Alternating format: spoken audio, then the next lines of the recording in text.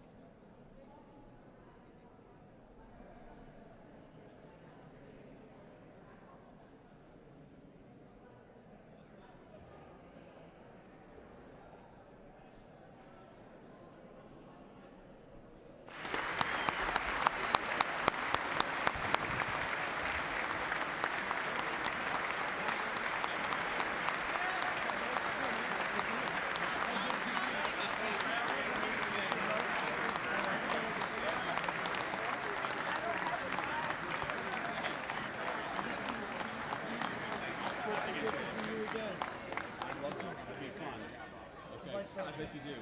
What's up? Good to see you.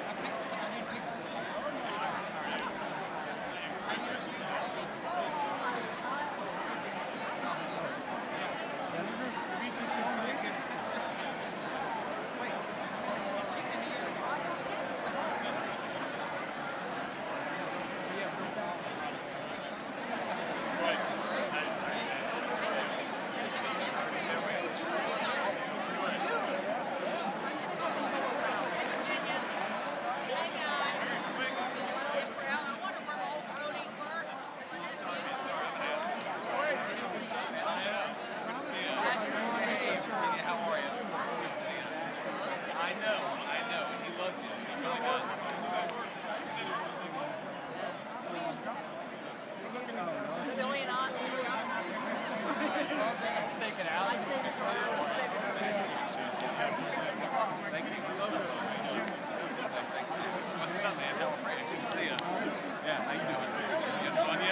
Freshman class here. What's up, man? How you doing? Good, good. I saw your wife the other day. She was in the White House. Good.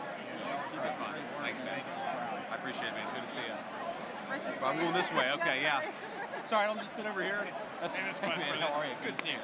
Good luck tonight. This is going to be awesome. Appreciate everything, Mr. President. Hey, it's so good to see you. Oh, absolutely. Absolutely. So, how about you? I'm having a good time. I have an easier job. How's your wife doing now? She's having fun. She's a champion somewhere. Yeah. Good. All right, absolutely. Let's do that. I thought we were going to take you the other way. Stand here by me. All right. I'll keep you company. We're in the right spot.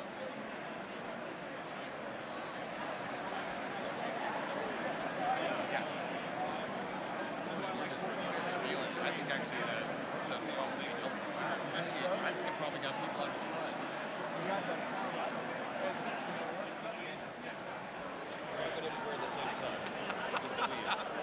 Well, we could have coordinated, I guess, but man, this is, I gotta be honest with you, this is by the way, I think the speech is gonna be great, but I don't know how you do this for 90 minutes. The hardest thing was doing it during Biden, when the speech was a stupid campaign speech. And just lectured everybody over.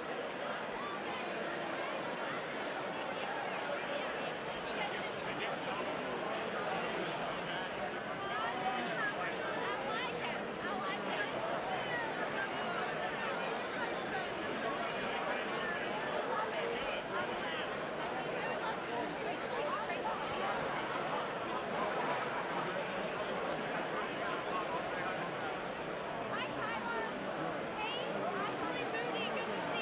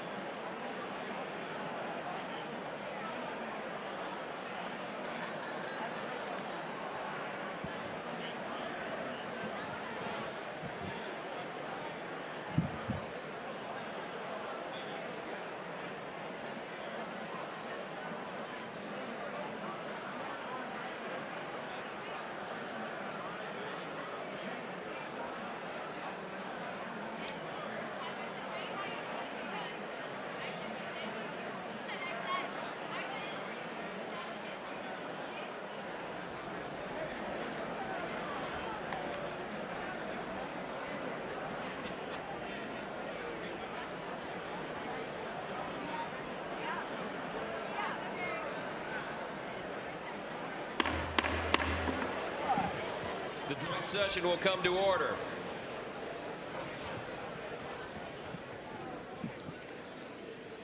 The chair appoints as members of the committee on the part of the House to escort the President of the United States into the chamber the following: the gentleman from Louisiana, Mr. Scalise; the gentleman from Minnesota, Mr. Emmer; the gentlewoman from Michigan, Mrs. McLean; the gentleman from North Carolina, Mr. Hudson; the gentleman from Pennsylvania, Mr. Reschenthaler; the gentleman from Utah, Mr. Moore; the gentlewoman from Indiana, Mrs. Houchin; the gentleman from Oklahoma, Mr. Hearn; the gentleman from New York, Mr. Jeffries; the gentlewoman from Massachusetts, Ms. Clark; the gentleman from California, Mr. Aguilar; the gentleman from California, Mr. Liu; the gentleman from Colorado, Mr. Neguse; the gentlewoman from Washington, Ms. Delbene; the gentlewoman from Michigan, Mrs. Dingle.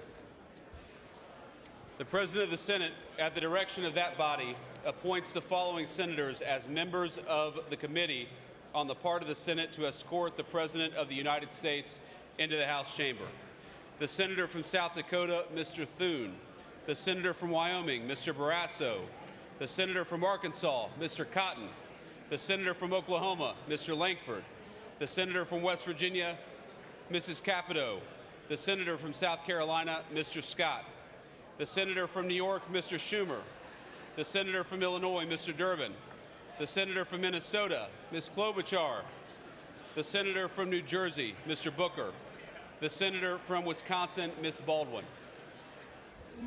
The members of the escort committee will exit the chamber through the lobby doors.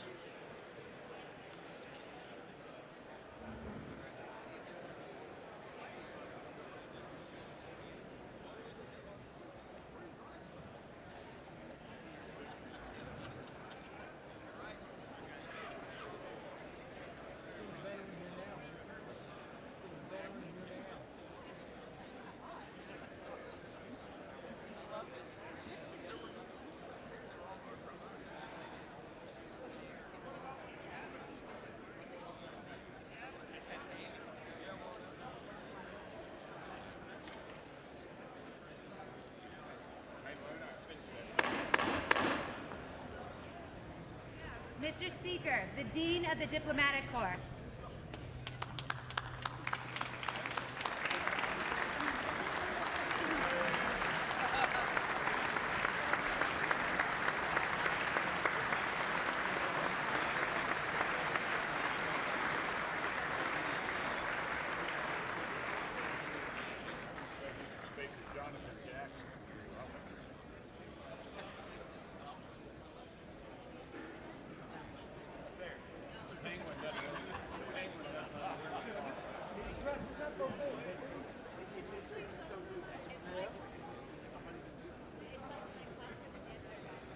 My wife loves this gray suit. I hate it. I don't wear it. She'll see me on TV. I'm a blazer, man.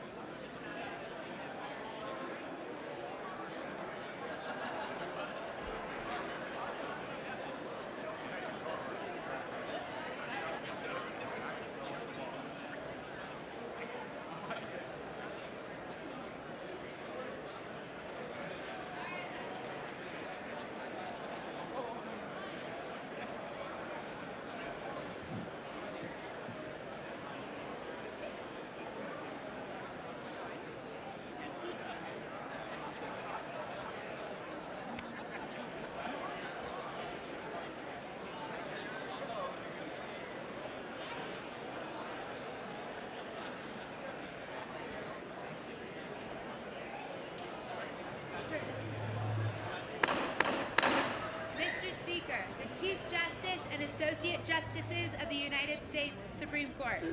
That's great.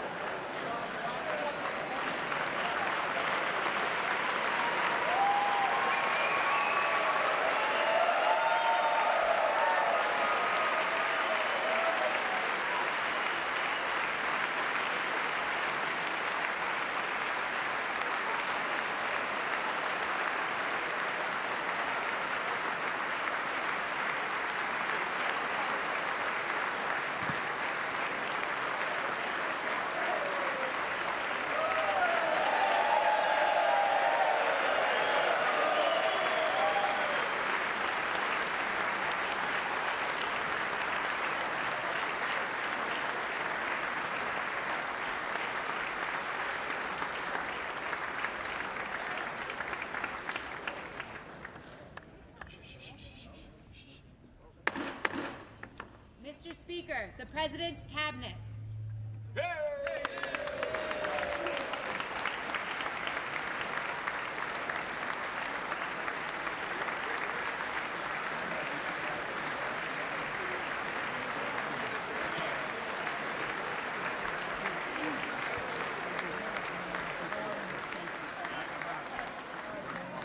That's true. I should have done better. I should have done way better.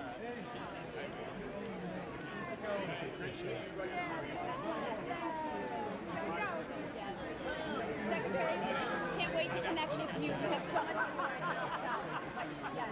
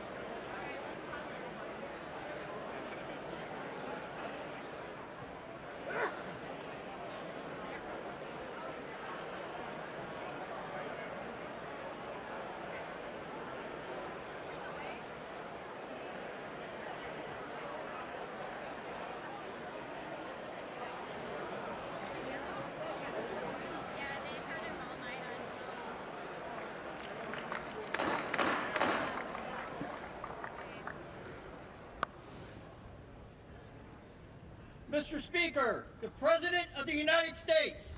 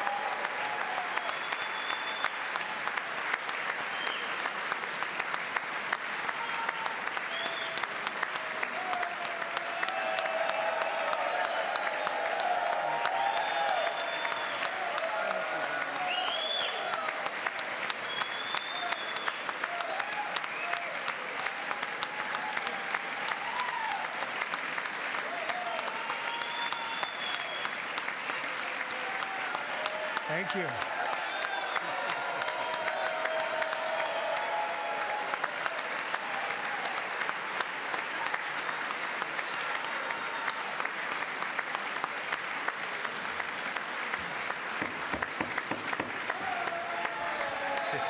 Thank you very much.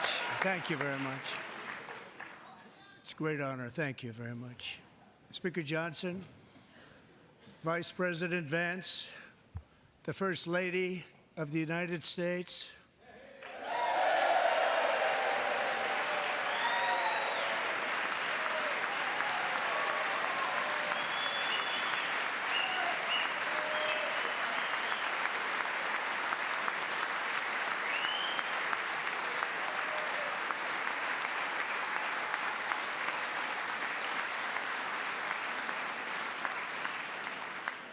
members of the United States Congress, thank you very much. And to my fellow citizens, America is back.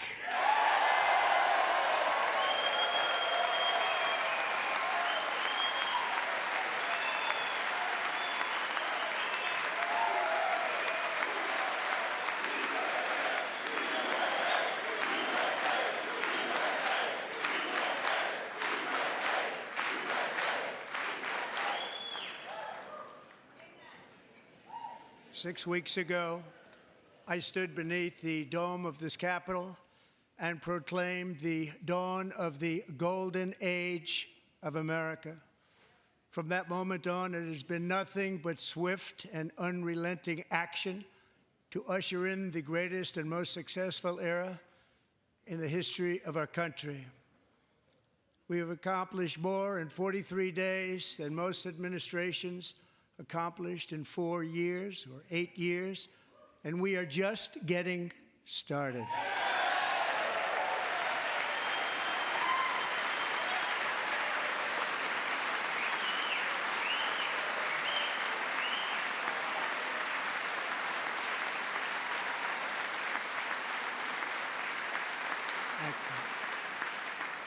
I return to this chamber tonight to report that America's momentum is back, our spirit is back, our pride is back, our confidence is back, and the American dream is surging bigger and better than ever before.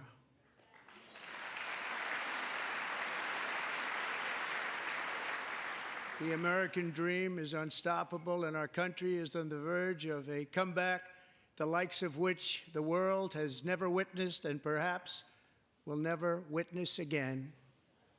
There's never been anything like it. The presidential election of November 5th was a mandate like has not been seen in many decades. We won all 7 swing states, giving us an electoral college victory of 312 votes.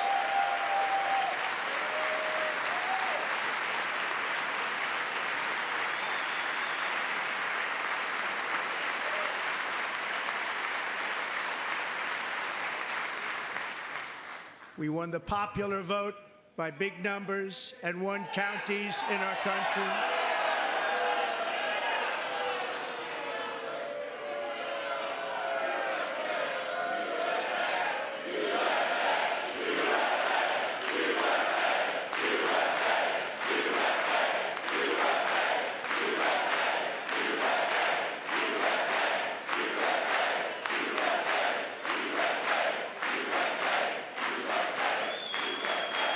And won counties in our country, 2,700 to 525, on a map that reads almost completely red for Republican.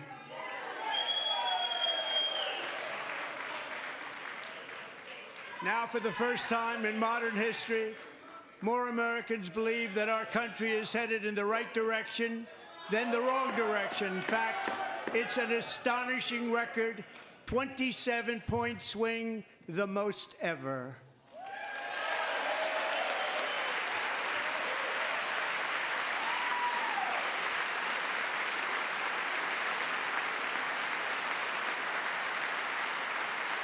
Likewise, Small business optimism saw its single largest one-month gain ever recorded, a 41-point jump.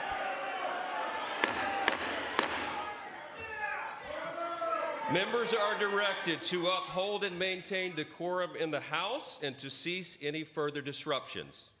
That's your warning.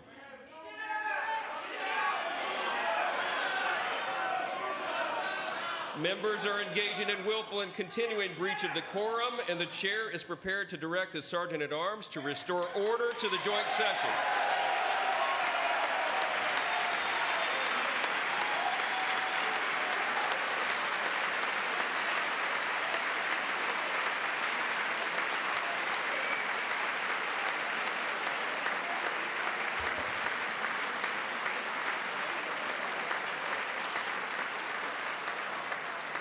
Mr. Green, take your seat. Take your seat, sir. Take your seat. Finding that members continue to engage in willful and concerted disruption of proper decorum, the chair now directs the Sergeant-at-Arms to restore order. Remove this gentleman from the chamber.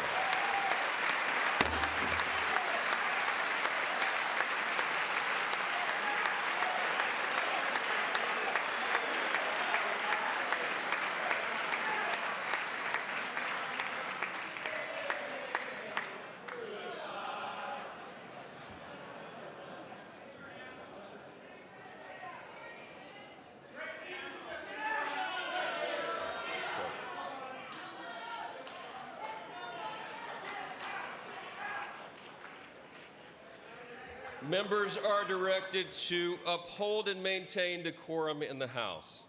Mr. President, you continue. Thank you.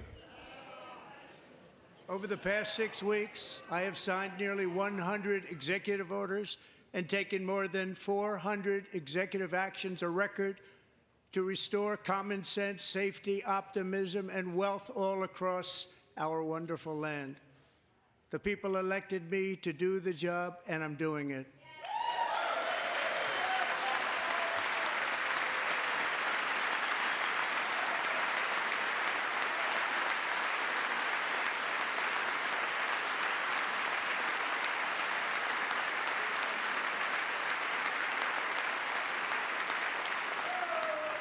In fact, it has been stated by many that the first month of our presidency, it's our presidency, is the most successful in the history of our nation.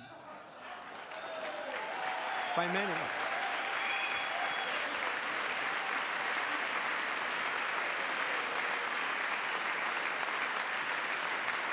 And what makes it even more impressive is that, do you know who number 2 is? George Washington. How about that? How about that? I don't know about that list, but we'll take it. Within hours of taking the oath of office, I declared a national emergency on our southern border, and I deployed the U.S. military and Border Patrol to repel the invasion of our country. And what a job they've done. As a result, illegal border crossings last month were by far the lowest ever recorded, ever.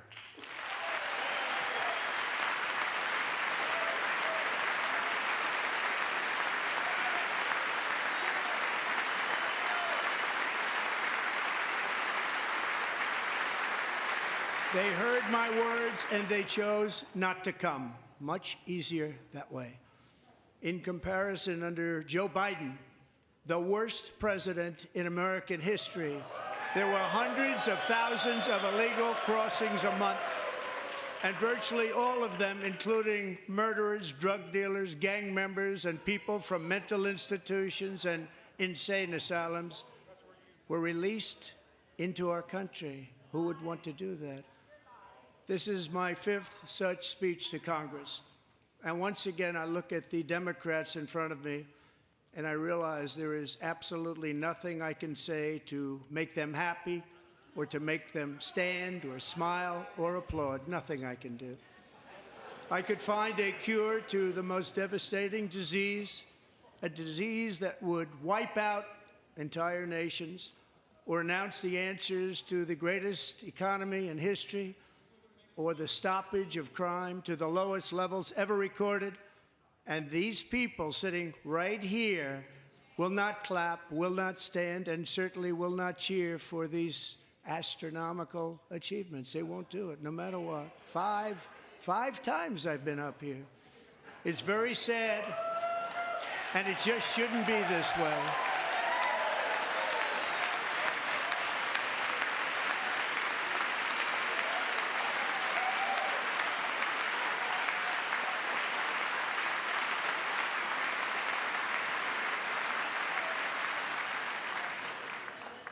So Democrats sitting before me, for just this one night, why not join us in celebrating so many incredible wins for America?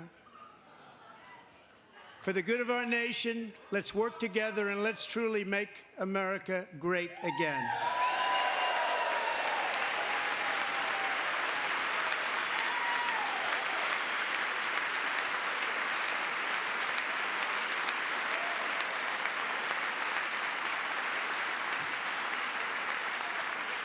Every day, my administration is fighting to deliver the change America needs to bring a future that America deserves, and we're doing it. This is a time for big dreams and bold action.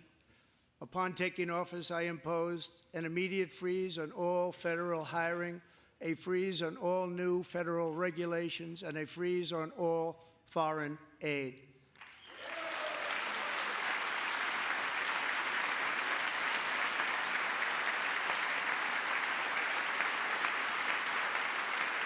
I terminated the ridiculous Green New Scam. I withdrew from the unfair Paris Climate Accord, which was costing us trillions of dollars that other countries were not paying. I withdrew from the corrupt World Health Organization.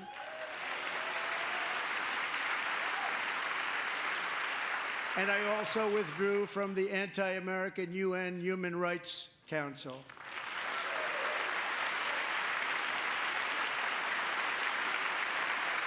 We ended all of Biden's environmental restrictions that were making our country far less safe and totally unaffordable. And importantly, we ended the last administration's insane electric vehicle mandate, saving our auto workers and companies from economic destruction.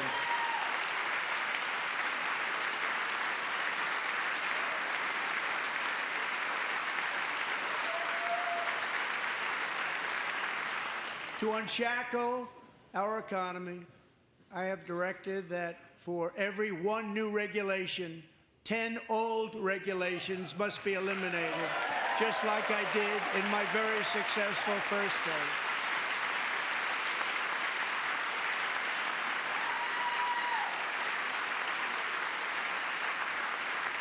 And in that first term, we set records on ending unnecessary rules and regulations like no other president had done before. We ordered all federal workers to return to the office. They will either show up for work in person or be removed from their job.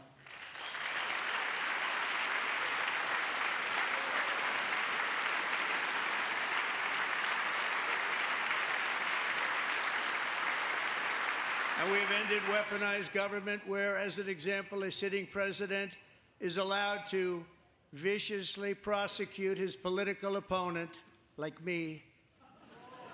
How did that work out? Not too good. Not too good.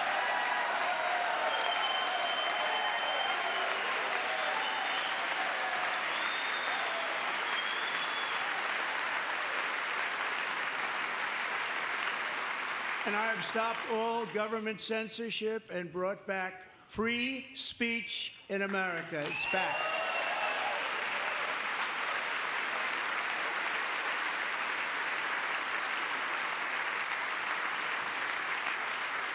And 2 days ago, I signed an order making English the official language of the United States of America.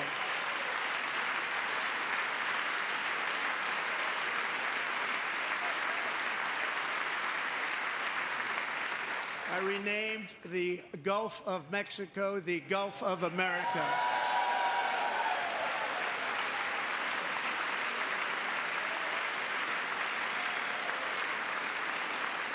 And likewise, I renamed, for a great president, William McKinley, Mount McKinley again. Beautiful Alaska. We love Alaska. We've ended the tyranny of so-called diversity, equity, and inclusion policies all across the entire federal government and indeed the private sector and our military. And our country will be woke no longer.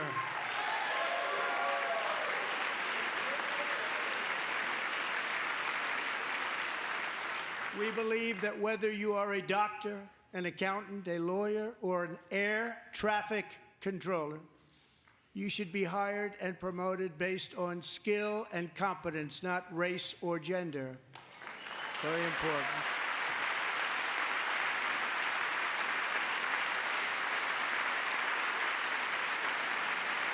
You should be hired based on merit.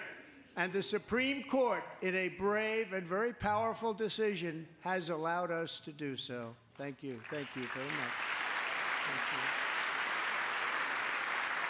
you. We have removed the poison of critical race theory from our public schools, and I signed an order making it the official policy of the United States government that there are only two genders, male and female.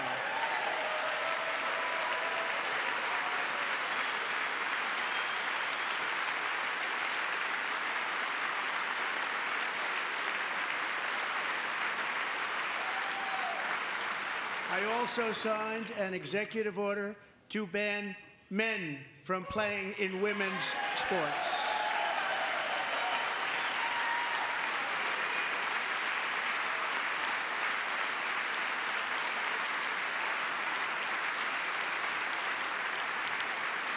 Three years ago, Peyton McNabb was an all-star high school athlete, one of the best, preparing for a future in college sports. But when her girls' volleyball match was invaded by a male, he smashed the ball so hard in Peyton's face, causing traumatic brain injury, partially paralyzing her right side, and ending her athletic career. It was a shot like she's never seen before. She's never seen anything like it. Peyton is here tonight in the gallery, and Peyton, from now on, schools will kick the men off the girls' team, or they will lose all federal funding.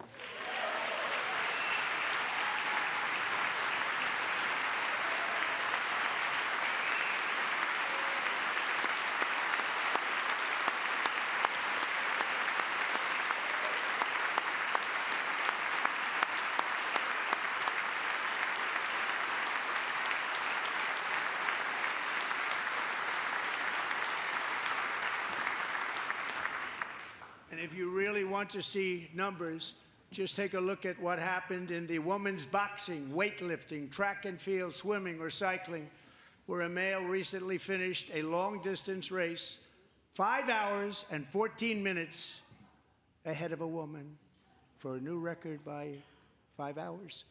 Broke the record by 5 hours. It's demeaning for women, and it's very bad for our country. We're not going to put up with it any longer.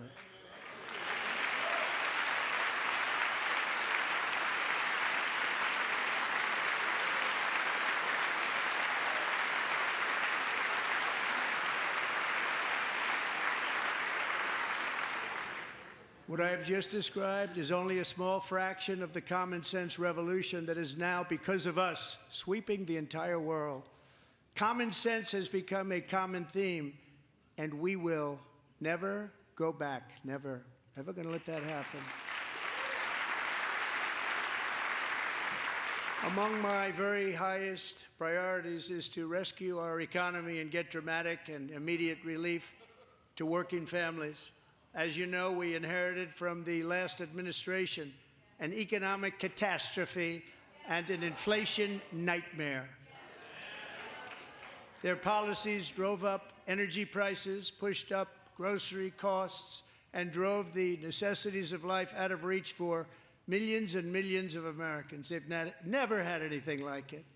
We suffered the worst inflation in 48 years, but perhaps even in the history of our country. They're not sure.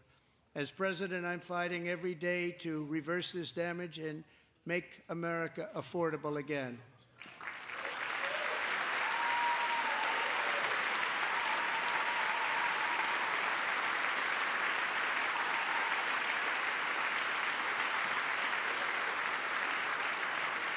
Joe Biden especially let the price of eggs get out of control. The egg price is out of control, and we're working hard to get it back down. Secretary, do a good job on that. You inherited a total mess from the previous administration. Do a good job.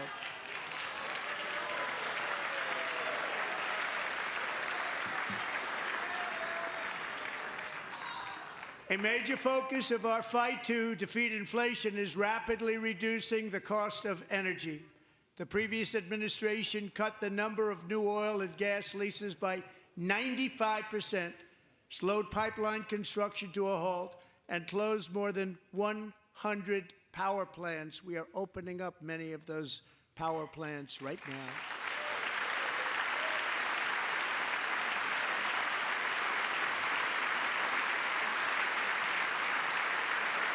And frankly, we have never seen anything like it. That's why on my first day in office, I declared a national energy emergency. As you've heard me say many times, we have more liquid gold under our feet than any nation on earth, and by far. And now I fully authorize the most talented team ever assembled to go and get it. It's called Drill, Baby, Drill.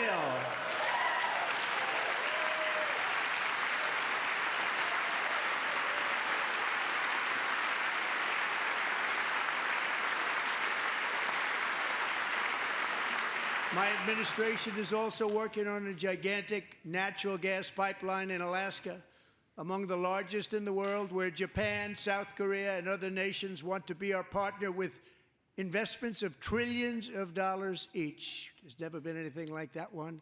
It will be truly spectacular. It's all set to go. The permitting is gotten. And later this week, I will also take historic action to dramatically expand production of critical minerals and rare earths here in the USA.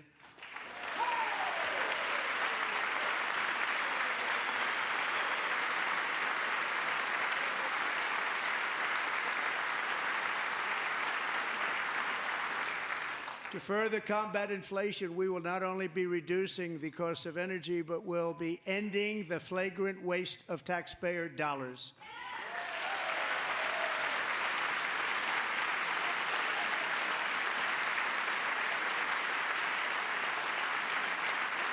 And to that end, I have created the brand new Department of Government Efficiency, DOGE.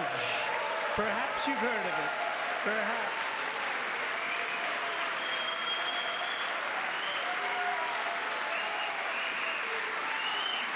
Which is headed by Elon Musk, who is in the gallery tonight.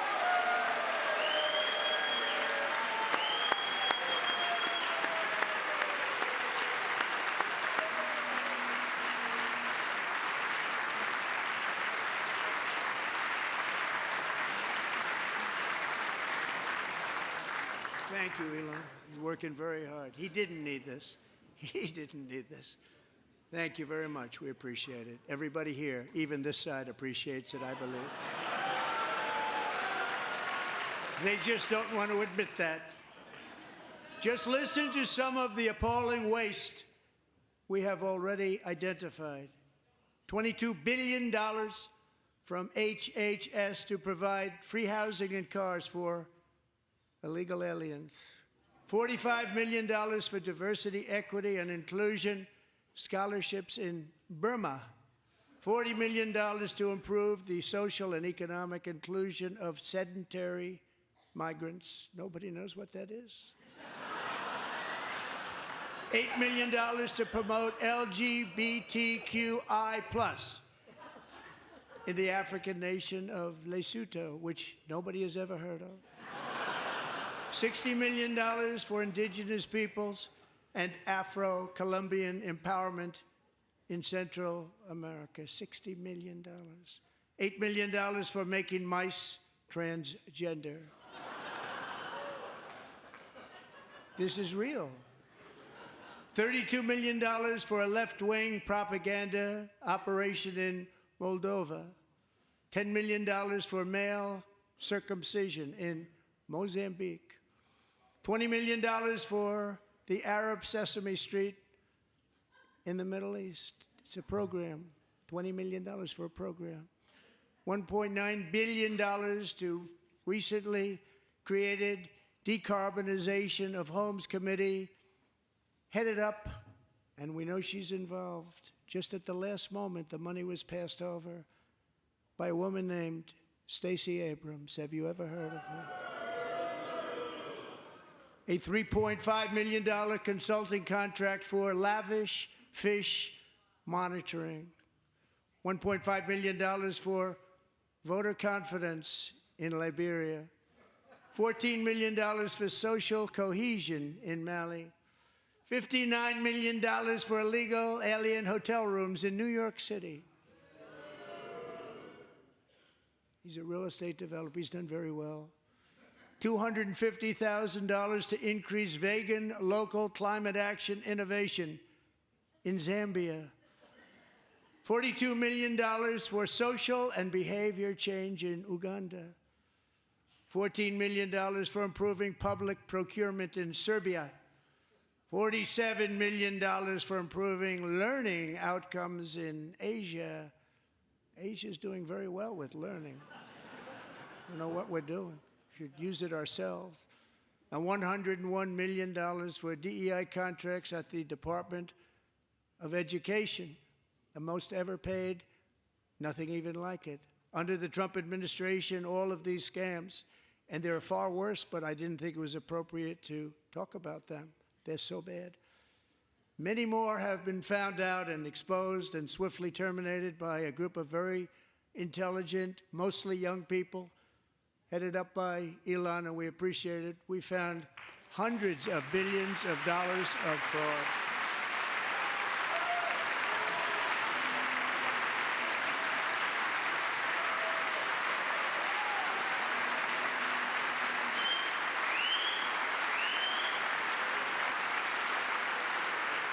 And we've taken back the money and reduced our debt to fight inflation and other things. Taken back a lot of that money. We got it just in time. This is just the beginning. The Government Accountability Office, a federal government office, has estimated annual fraud of over $500 billion in our nation, and we are working very hard to stop it. We're going to. We're also identifying shocking levels of incompetence and probable fraud in the Social Security program for our seniors, and that our seniors and people that we love rely on. Believe it or not, government databases list 4.7 million Social Security members from people aged 100 to 109 years old. It lists 3.6 million people from ages 110 to 119. I don't know any of them. I know some people that are rather elderly, but not quite that elderly. 3.47 million people from ages 120 to 129. 3.9 million people from ages 130 to 139. 3.5 million people from ages 140 to 149. And money is being paid to many of them, and we're searching right now. In fact, Pam, good luck. Good luck. You're going to find it. But a lot of money is paid out to people because it just keeps getting paid, and nobody does, and it really hurts Social Security and hurts our country. 1.3 million people from ages 150 to 159, and over 130,000 people, according to the Social Security databases, are age over 160 years old. We have a healthier country than I thought, Bobby.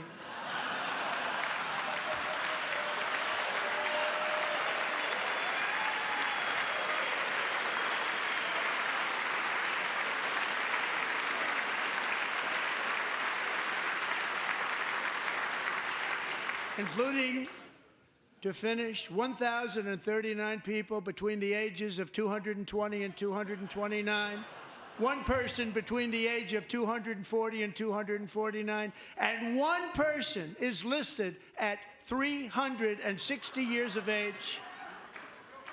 More than 100 years older than our country. But we're going to find out where that money's going, and it's not going to be pretty. By slashing all of the fraud, waste, and theft we can find, we will defeat inflation, bring down mortgage rates, lower car payments and grocery prices, protect our seniors, and put more money in the pockets of American families.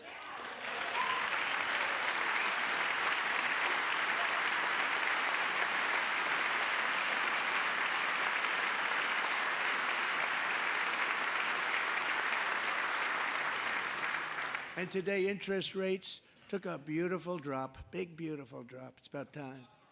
And in the near future, I want to do what has not been done in 24 years, balance the federal budget. We're going to balance it.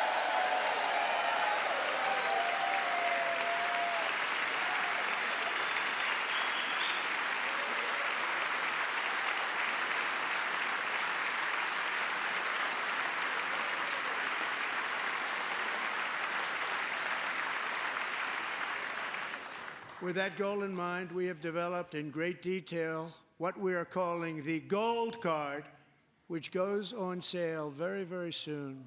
For $5 million, we will allow the most successful job-creating people from all over the world to buy a path to U.S. citizenship. It's like the green card, but better and more sophisticated. And these people will have to pay tax in our country. They won't have to pay tax from where they came. The money that they've made, you wouldn't want to do that, but they have to pay tax, create jobs. They'll also be taking people out of colleges and paying for them so that we can keep them in our country instead of having them being forced out. Number one, at the top school, as an example, being forced out and not being allowed to stay and create tremendous numbers of jobs and great success for a company out there. So while we take out the criminals, killers, traffickers, and child predators who are allowed to enter our country under the open border policy of these people, the Democrats, the Biden administration, the open border insane policies that you've allowed to destroy our country, we will now bring in brilliant, hardworking, job-creating people. They're going to pay a lot of money, and we're going to reduce our debt with that money.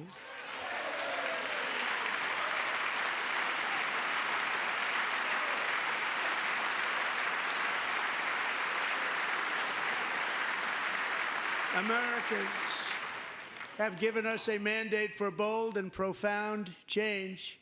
For nearly 100 years, the federal bureaucracy has grown until it has crushed our freedoms, ballooned our deficits, and held back America's potential in every possible way. The nation founded by pioneers and risk-takers now drowns under millions and millions of pages of regulations and debt. Approvals that should take 10 days to get instead take 10 years, 15 years, and even 20 years before you're rejected. Meanwhile, we have hundreds of thousands of federal workers who have not been showing up to work. My administration will reclaim power from this unaccountable bureaucracy, and we will restore true democracy to America again.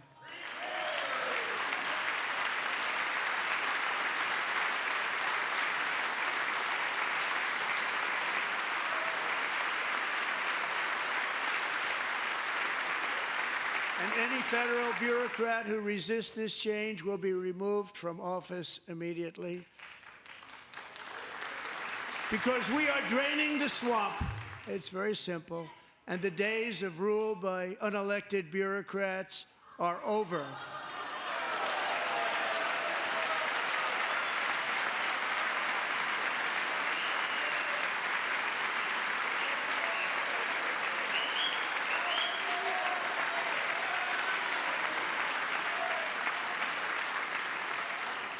And the next phase of our plan to deliver the greatest economy in history is for this Congress to pass tax cuts for everybody. They're in there, they're waiting for you to vote. And I'm sure that the people on my right, I don't mean the Republican right, but my right here, I'm sure you're going to vote for those tax cuts, because otherwise I don't believe the people will ever vote you into office. So I'm doing you a big favor by telling you that. But I know this group is going to be voting for the tax.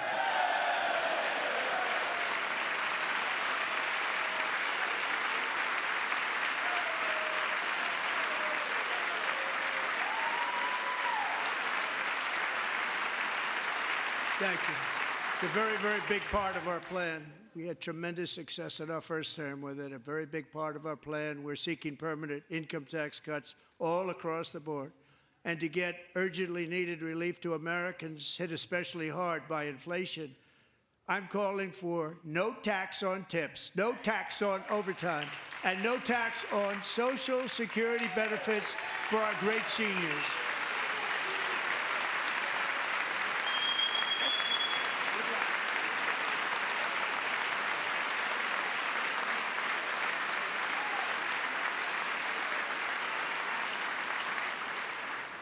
And I also want to make interest payments on car loans tax deductible, but only if the car is made in America.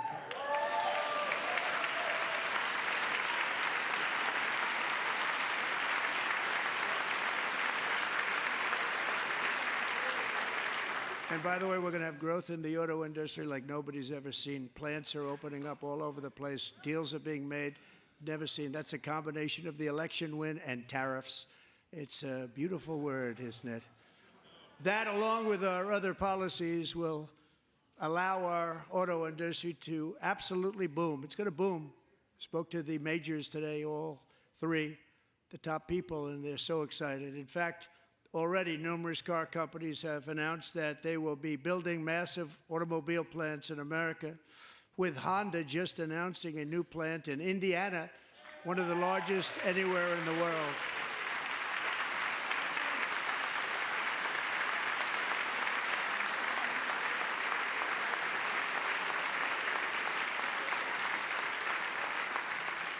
And this has taken place since our great victory on November 5th, a date which will hopefully go down as one of the most important in the history of our country.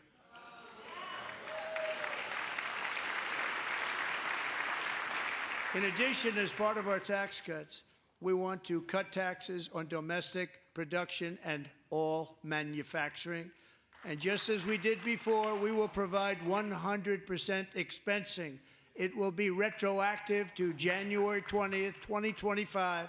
And it was one of the main reasons why our tax cuts were so successful in our first term, giving us the most successful economy in the history of our country. First term.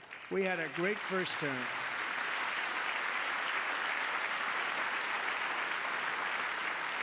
If you don't make your product in America, however, under the Trump administration, you will pay a tariff, and in some cases, a rather large one. Other countries have used tariffs against us for decades, and now it's our turn to start using them against those other countries. On average, the European Union, China, Brazil, India, Mexico, and Canada, have you heard of them? And countless other nations charge us tremendously higher tariffs than we charge them. It's very unfair.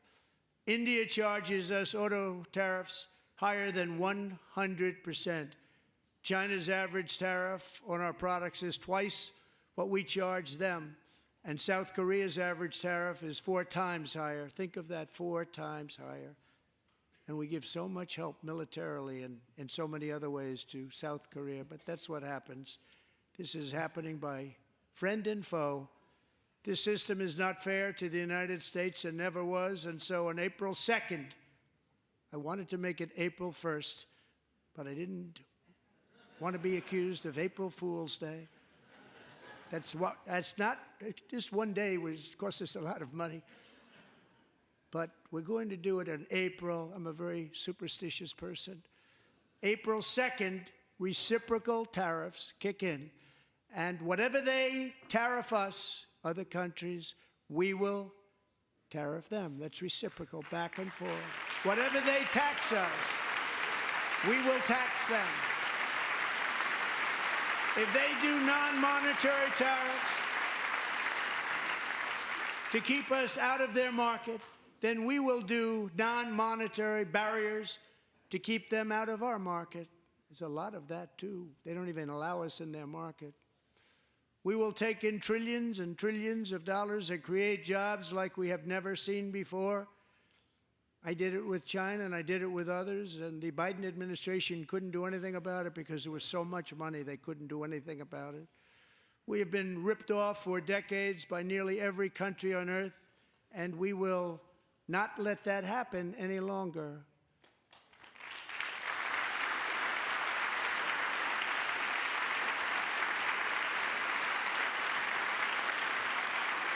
Much has been said over the last 3 months about Mexico and Canada, but we have very large deficits with both of them. But even more importantly, they've allowed fentanyl to come into our country at levels never seen before, killing hundreds of thousands of our citizens and many very young, beautiful people, destroying families. Nobody's ever seen anything like it.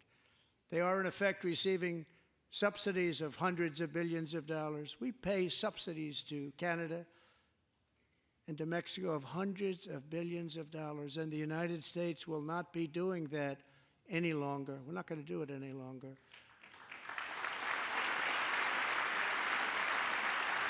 Thanks to our America First policies we're putting into place, we have had $1.7 trillion of new investment in America in just the past few weeks. The combination of the election and our economic policies that people of SoftBank, one of the most brilliant anywhere in the world, announced a $200 billion investment. OpenAI and Oracle, Larry Ellison, announced $500 billion investment, which they wouldn't have done if Kamala had won. Apple announced $500 billion investment. Tim Cook called me. He said, I cannot spend it fast enough. It's going to be much higher than that, I believe. They'll be building their plants here instead of in China. And just yesterday, Taiwan Semiconductor, the biggest in the world, most powerful in the world, has a tremendous amount, 97% of the market, announced a $165 billion investment to build the most powerful chips on earth right here in the USA.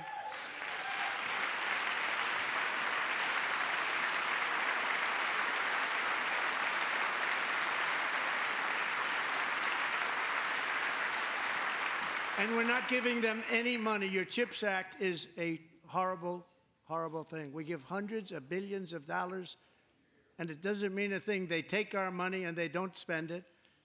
All that meant to them, we're giving them no money. All that was important to them was they didn't want to pay the tariffs, so they came and they're building, and many other companies are coming. We don't have to give them money. We just want to protect our businesses and our people. And they will come because they won't have to pay tariffs if they build in America. So it's very amazing. You should get rid of the CHIP Act, and whatever's left over, Mr. Speaker, you should use it to reduce debt or any other reason you want to.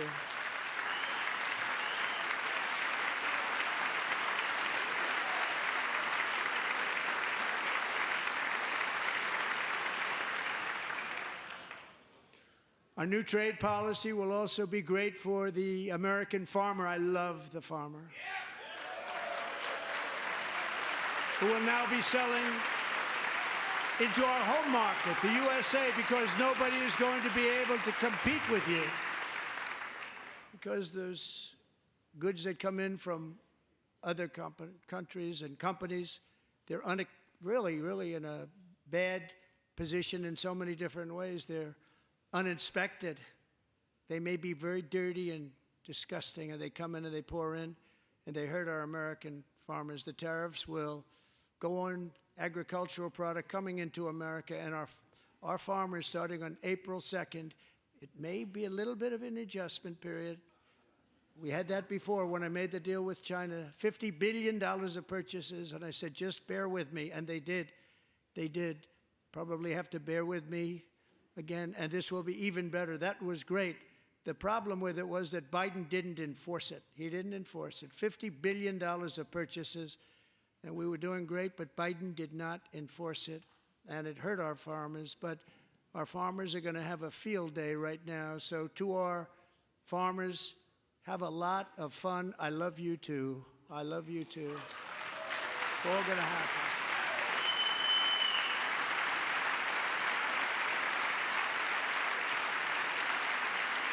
And I have also imposed a 25% tariff on foreign aluminum, copper, lumber, and steel, because if we don't have, as an example, steel and lots of other things, we don't have a military, and frankly, we just won't have a country very long. Here today is a proud American steelworker, fantastic person from Decatur, Alabama, Jeff Denard.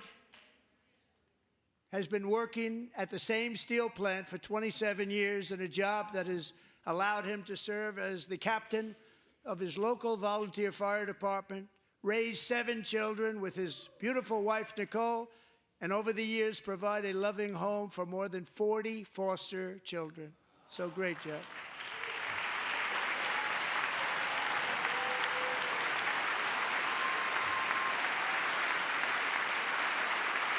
Thank you, Jeff. Thank you, Jeff.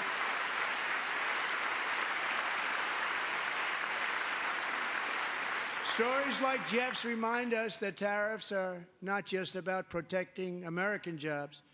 They're about protecting the soul of our country. Tariffs are about making America rich again and making America great again, and it's happening, and it will happen rather quickly. There'll be a little disturbance, but we're okay with that. It won't be much. No, you're not. Oh. And look where Biden took us. Very low, the lowest we've ever been. Jeff, I want to thank you very much. And I also want to recognize another person who has devoted herself to foster care community. She works so hard on it. A very loving person, our magnificent First Lady of the United States.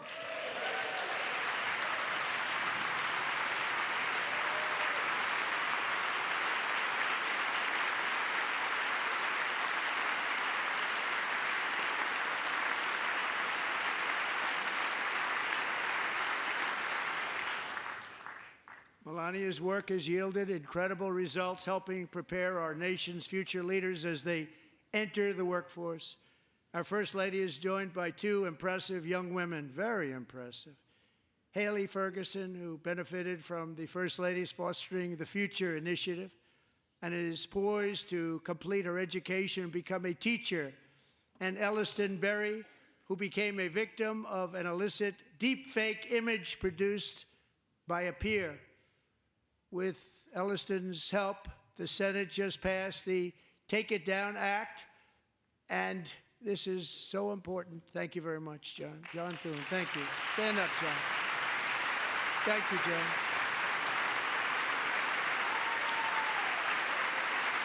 Thank you all very much.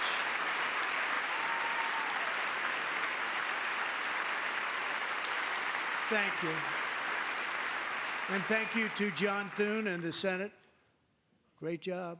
To criminalize the publication of such images online is a terrible, terrible thing. And once it passes the House, I look forward to signing that bill into law. Thank you. And I'm going to use that bill for myself, too, if you don't mind. Because nobody gets treated worse than I do online. Nobody. That's great. Thank you very much to the Senate. Thank you.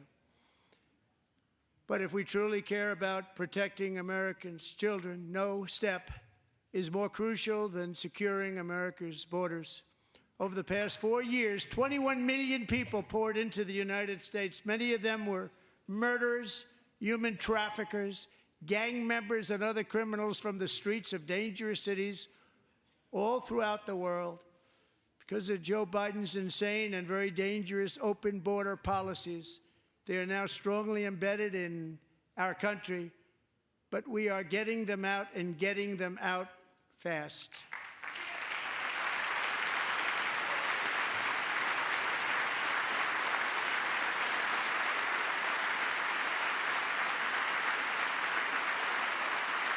And I want to thank Tom Homan and Christy. I want to thank you and Paul of Border Patrol. I want to thank you. What a job they've all done. Everybody, Border Patrol, ICE, law enforcement in general is incredible. We have to take care of our law enforcement. Have to.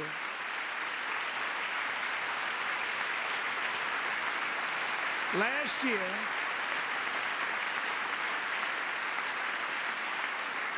a brilliant 22-year-old nursing student named Laken Riley, the best in her class, admired by everybody, went out for a jog on the campus of the University of Georgia. That morning, Laken was viciously attacked, assaulted, beaten, brutalized, and horrifically murdered. Laken was stolen from us by a savage illegal alien gang member who was arrested while trespassing across Biden's open southern border and then set loose into the United States under the heartless policies of that failed administration. It was indeed a failed administration. He had then been arrested and released in a Democrat-run sanctuary city, a disaster, before ending the life of this beautiful young angel. With us this evening are Laken's beloved mother, Allison, and her sister, Lauren.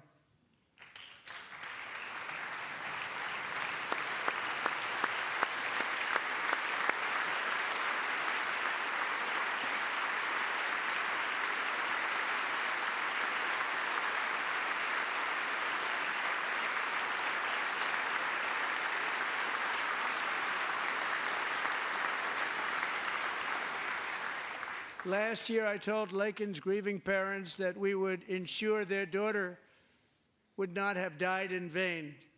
That's why the very first bill I signed into law as your 47th president mandates the detention of all dangerous criminal aliens who threaten public safety.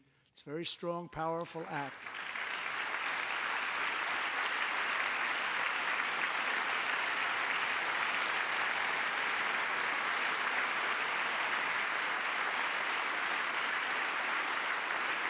It's called the Laken-Riley Act. So Allison and Lauren, America will never, ever forget our beautiful Laken Hope Riley.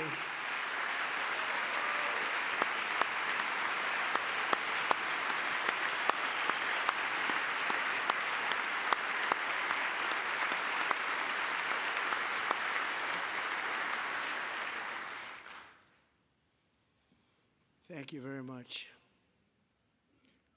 Since taking office, my administration has launched the most sweeping border and immigration crackdown in American history, and we quickly achieved the lowest numbers of illegal border crossers ever recorded. Thank you.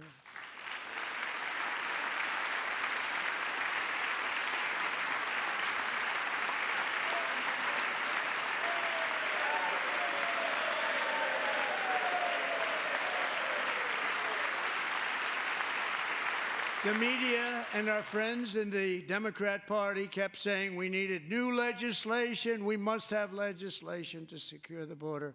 But it turned out that all we really needed was a new president.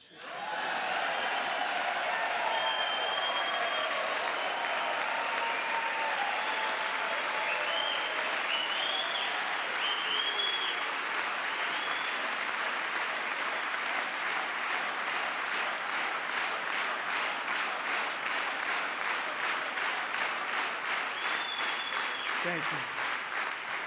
Joe Biden didn't just open our borders, he flew illegal aliens over them to overwhelm our schools, hospitals, and communities throughout the country. Entire towns like Aurora, Colorado, and Springfield, Ohio, buckled under the weight of the migrant occupation and corruption like nobody's ever seen before. Beautiful towns destroyed. Now, just as I promised in my inaugural address, we are achieving the great liberation of America.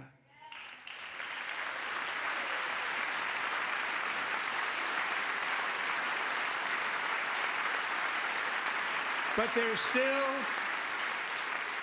is much work to be done. Here tonight is a woman I have gotten to know, Alexis Nungari from Houston. Wonderful woman. Last June, Alexis's 12-year-old daughter, her precious Jocelyn, walked to a nearby convenience store. She was kidnapped, tied up, assaulted for 2 hours under a bridge, and horrifically murdered. Arrested and charged with this heinous crime are 2 illegal alien monsters from Venezuela, released into America by the last administration through their ridiculous open border.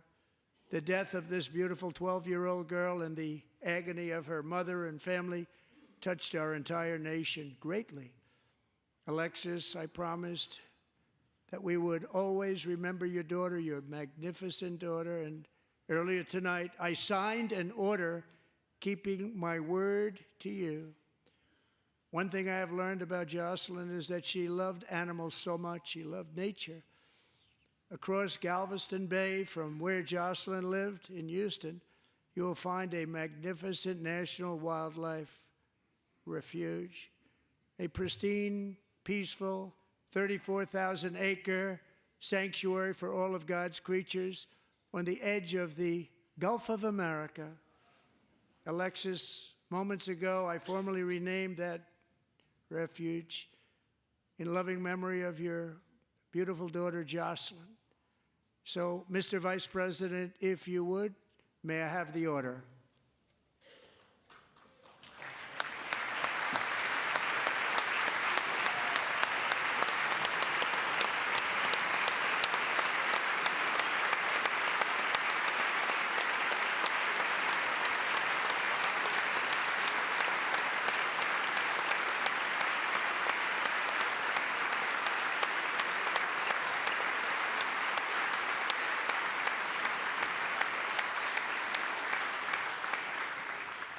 Thank you very much. All 3 savages charged with Jocelyn and Lakin's murders were members of the Venezuelan prison gang, the toughest gang, they say, in the world, known as Tren de Aragua. 2 weeks ago, I officially designated this gang, along with MS-13 and the bloodthirsty Mexican drug cartels, as foreign terrorist organizations.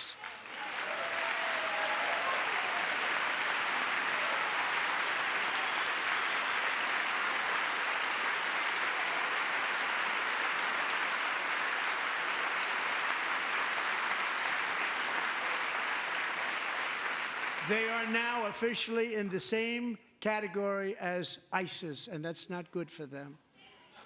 Countless thousands of these terrorists were welcomed into the U.S. by the Biden administration. But now every last one will be rounded up and forcibly removed from our country, or, if they're too dangerous, put in jails, standing trial in this country, because we don't want them to come back ever.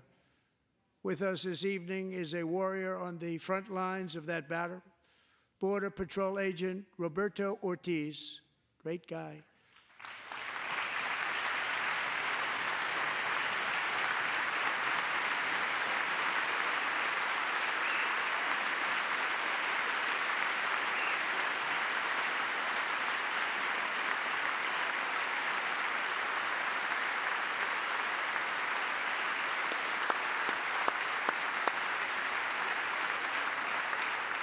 In January, Roberto and another agent were patrolling by the Rio Grande near an area known as Cartel Island. Doesn't sound too nice to me. When heavily armed gunmen started shooting at them. Roberto saw that his partner was totally exposed, at great danger, and he leapt into action, returning fire and providing crucial seconds for his fellow agent to seek safety, just barely. I have some of the prints of that event, and it was not good. Agent Ortiz, we salute you for your great courage and for your line of fire that you took and for the bravery that you showed. We honor you, and we will always honor you. Thank you, Roberto, very much.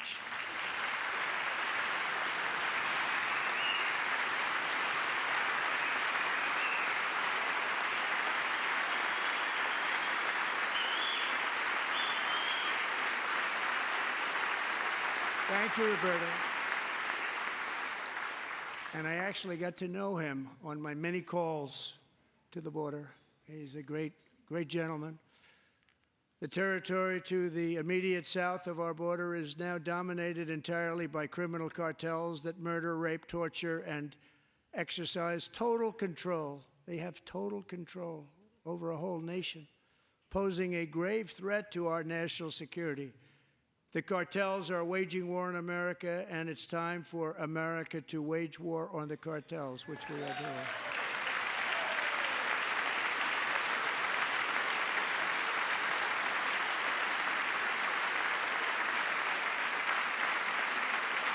Five nights ago, Mexican authorities, because of our tariff policies being imposed on them, think of this, handed over to us 29 of the biggest cartel leaders in their country. That has never happened before. They want to make us happy. First time ever. But we need Mexico and Canada to do much more than they've done, and they have to stop the fentanyl and drugs pouring into the USA. They're going to stop it. I have sent Congress a detailed funding request laying out exactly how we will eliminate these threats to protect our homeland and complete the largest deportation operation in American history, larger even than current record holder, President Dwight D. Eisenhower, a moderate man, but someone who believed very strongly in borders. Americans expect Congress to send me this funding without delay so I can sign it into law. So, Mr. Speaker, John Thune, both of you, I hope you're going to be able to do that, Mr. Speaker. Thank you.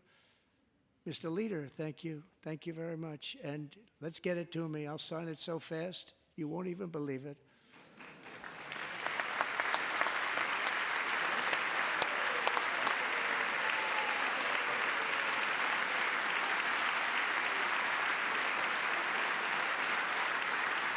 And as we reclaim our sovereignty, we must also bring back law and order to our cities and towns.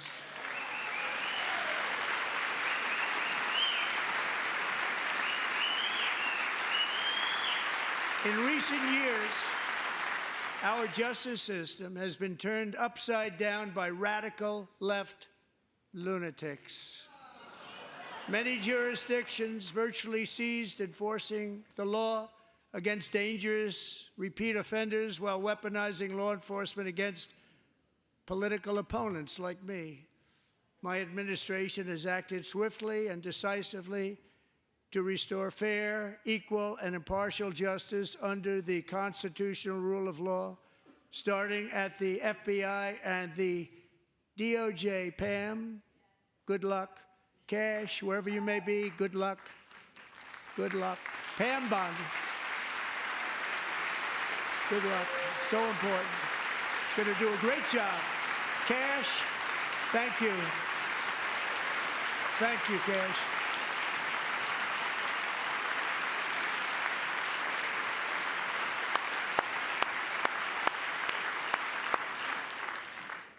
They've already started very strong. They're going to do a fantastic job. You're going to be very proud of them. We're also once again giving our police officers the support, protection, and respect they so dearly deserve. They have to get it. They have such a hard, dangerous job, but we're going to make it less dangerous. The problem is the bad guys don't respect the law, but they're starting to respect it, and they soon will respect it. This also includes our great fire departments throughout the country. Our firemen and women are unbelievable people, and we'll never forget them. And besides that, they voted for me in record numbers, so I have no choice.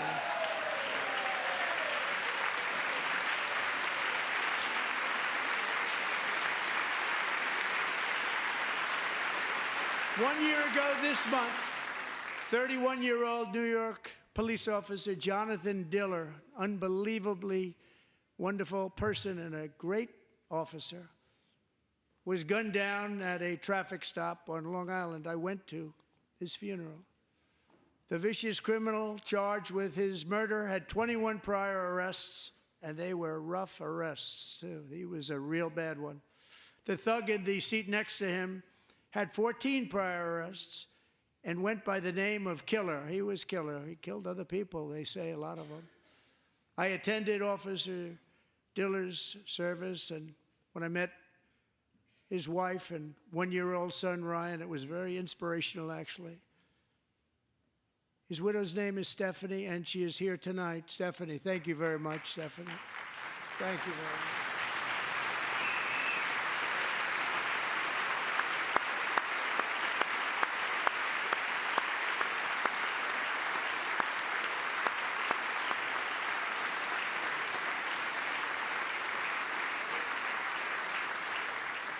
Stephanie, we're going to make sure that Ryan knows his dad was a true hero, New York's finest, and we're going to get these cold-blooded killers and repeat offenders off our streets, and we're going to do it fast. Got to stop it. They get out with 28 arrests. They push people into subway trains. They hit people over the head, back of the head with baseball bats.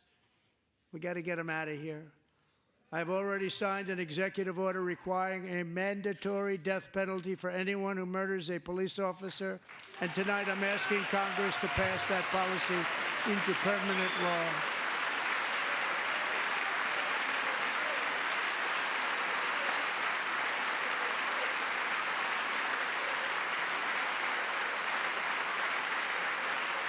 I'm also asking for a new crime bill getting tough on repeat offenders while enhancing protections for America's police officers so they can do their jobs without fear of their lives being totally destroyed. They don't want to be killed. We're not going to let them be killed. Joining us in the gallery tonight is a young man who truly loves our police. His name is DJ Daniel. He is 13 years old, and he has always dreamed of becoming a police officer.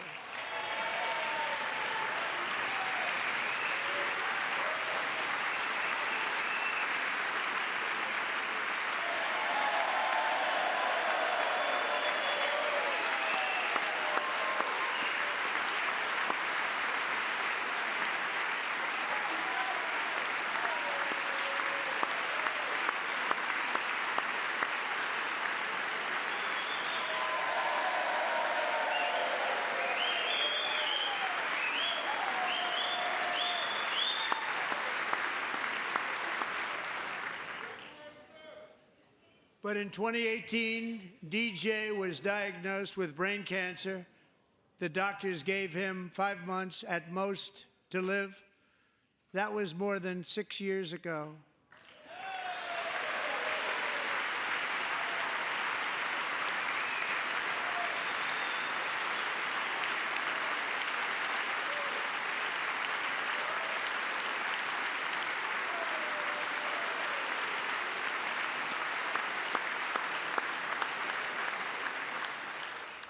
Since that time, DJ and his dad have been on a quest to make his dream come true, and DJ has been sworn in as an honorary law enforcement officer, actually a number of times. The police love him, the police departments love him. And tonight, DJ, we're going to do you the biggest honor of them all. I am asking our new Secret Service Director, Sean Curran, to officially make you an agent of the United States Secret Service.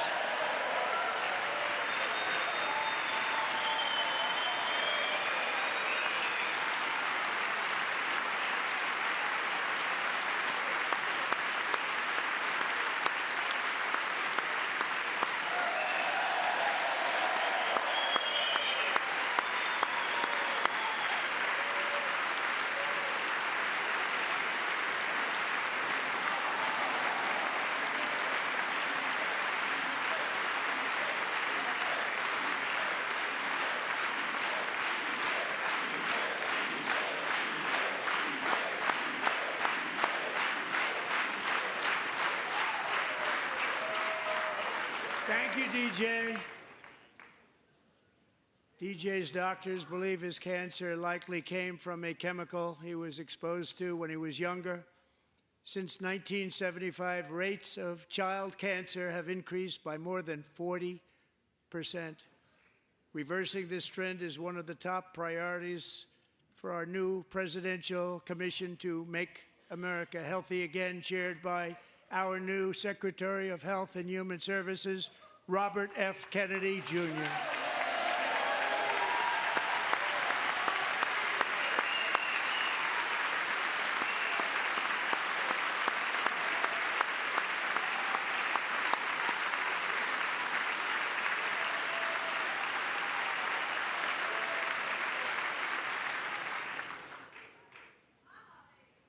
With the name Kennedy, you would have thought everybody over here would have been cheering. How quickly they forget. Our goal is to get toxins out of our environment, poisons out of our food supply, and keep our children healthy and strong. As an example, not long ago, and you can't even believe these numbers, 1 in 10,000 children had autism, 1 in 10,000. And now it's 1 in 36. There's something wrong, 1 in 36. Think of that. So we're going to find out what it is, and there's nobody better than Bobby and all of the people that are working with you. You have the best to figure out what is going on. Okay, Bobby, good luck. It's a very important job. Thank you.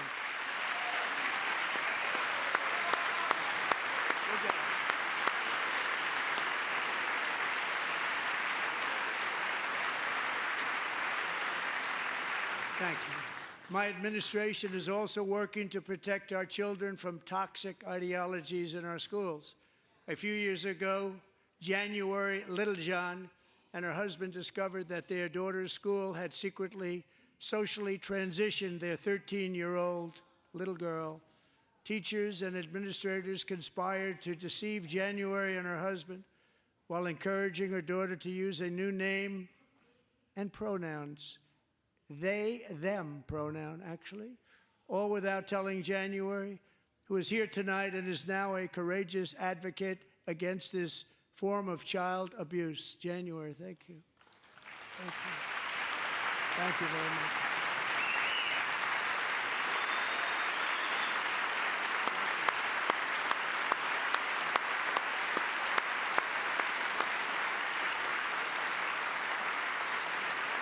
Thank you.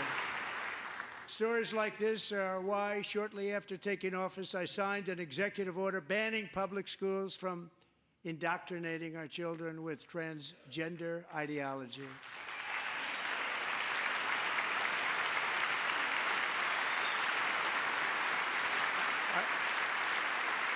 I also signed an order to cut off all taxpayer funding to any institution that engages in the sexual mutilation of our youth.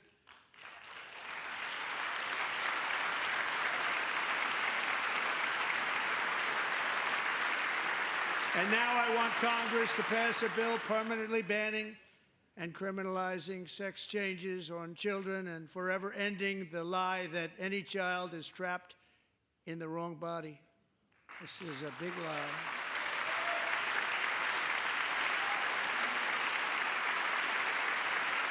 And our message to every child in America is that you are perfect exactly the way God made you.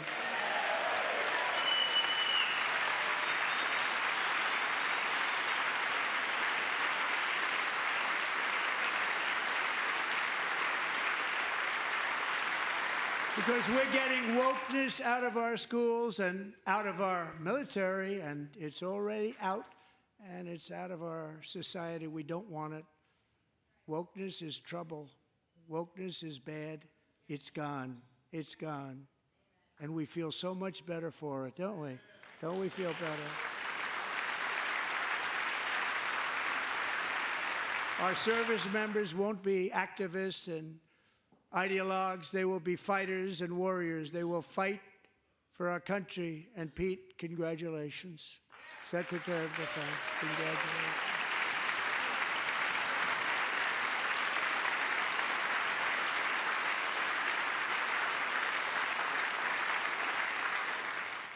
And he's not big into the woke movement, I can tell you. I know him well.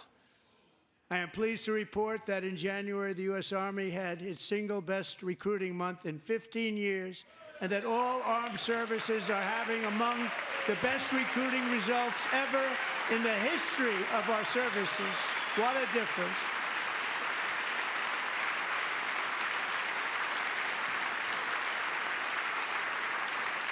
And you know, it was just a few months ago where the results were exactly the opposite. We couldn't recruit anywhere. We couldn't recruit.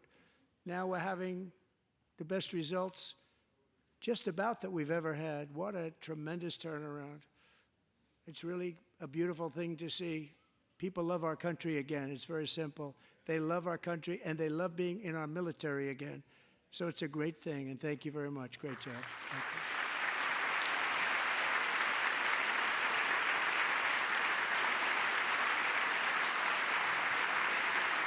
We're joined tonight by a young man, Jason Hartley, who knows the weight of that call of duty. Jason's father, grandfather, and great-grandfather all wore the uniform. Jason tragically lost his dad, who was also a Los Angeles County Sheriff's deputy when he was just a boy, and now he wants to carry on the family legacy of service. Jason is a senior in high school, a 6-letter varsity athlete, a really good athlete, they say, a brilliant student with a 4.46, that's good, GPA. And his greatest dream is to attend the U.S. Military Academy at West Point.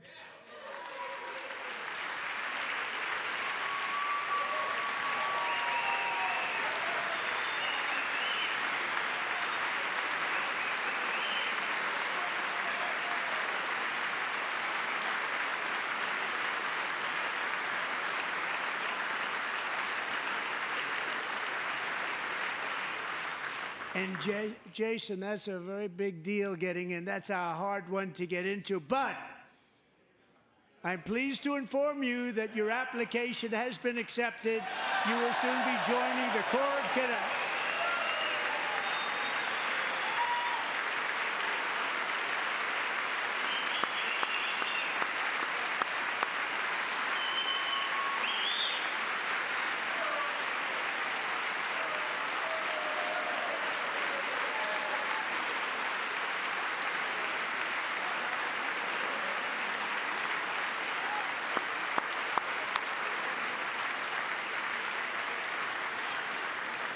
Thank you. Jason, you're going to be on the long gray line, Jason. As Commander-in-Chief, my focus is on building the most powerful military of the future. As a first step, I'm asking Congress to fund a state-of-the-art Golden Dome missile defense shield to protect our homeland, all made in the USA.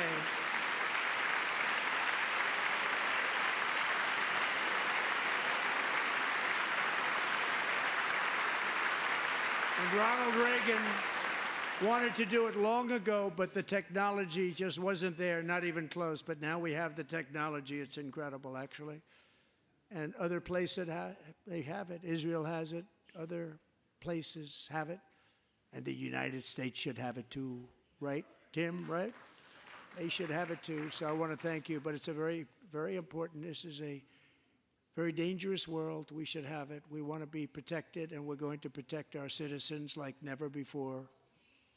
To boost our defense industrial base, we are also going to resurrect the American shipbuilding industry, including commercial shipbuilding and military shipbuilding.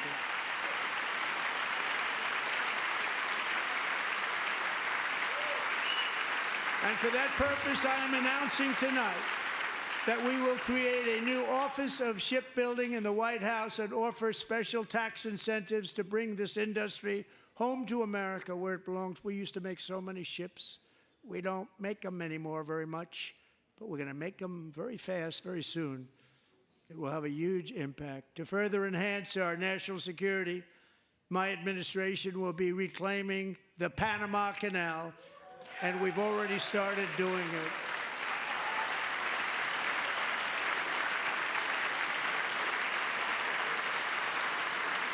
Just today, a large American company announced they are buying both ports around the Panama Canal and lots of other things having to do with the Panama Canal and a couple of other canals.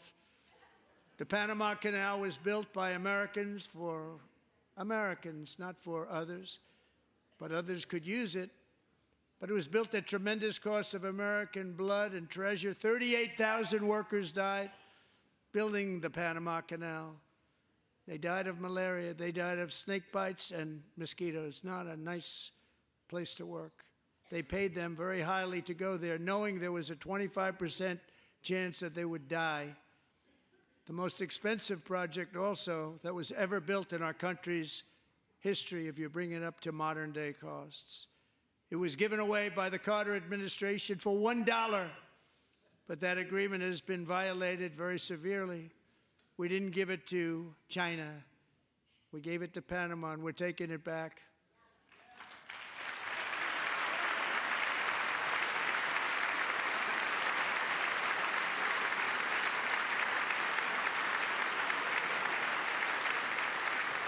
And we have Marco Rubio in charge. Good luck, Marco.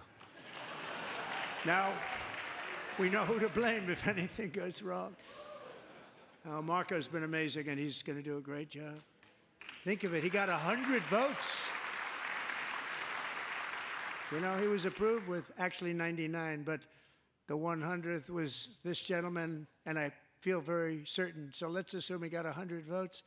And I'm either very, very happy about that or I'm very concerned about it.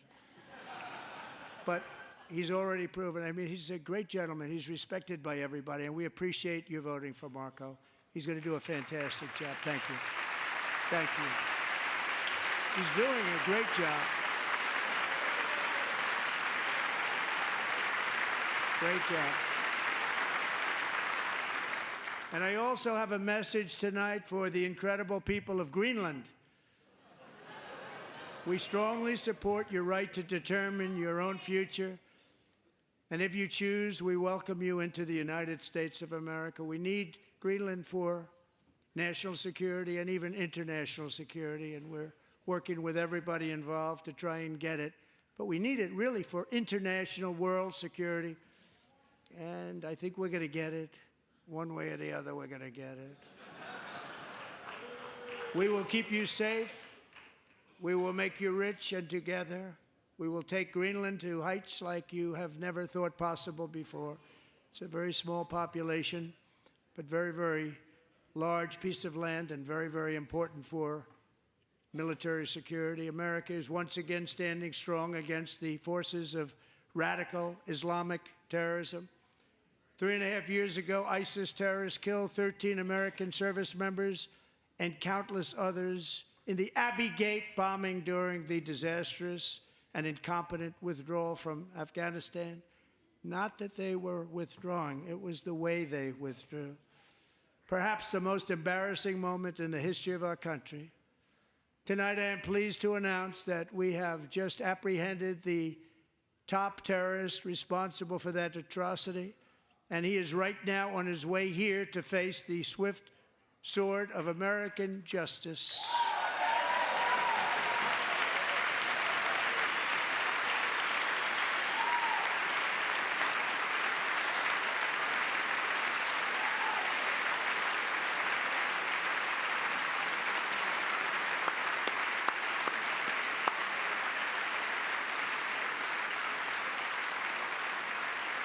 And I want to thank especially the government of Pakistan for helping arrest this monster.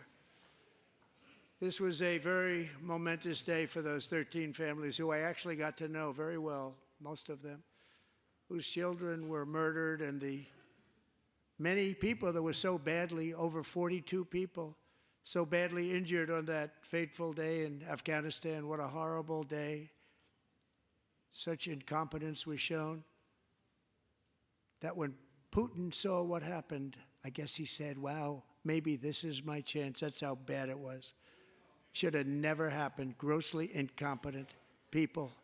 I spoke to many of the parents and loved ones, and they're all in our hearts tonight. Just spoke to them on the phone. We had a big call. Every one of them called, and Everybody was on the line, and they did nothing but cry with happiness. They were very happy, as happy as you can be under those circumstances. Their child, brother, sister, son, daughter was killed for no reason whatsoever. In the Middle East, we're bringing back our hostages from Gaza. In my first term, we achieved one of the most groundbreaking peace agreements in generations, the Abraham Accords.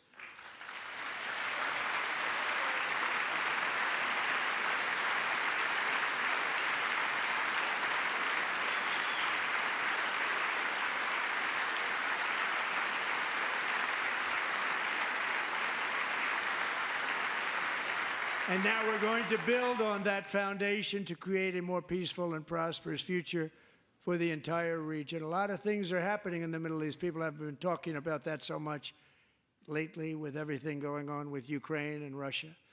But a lot of things are happening in the Middle East. It's a rough neighborhood, actually.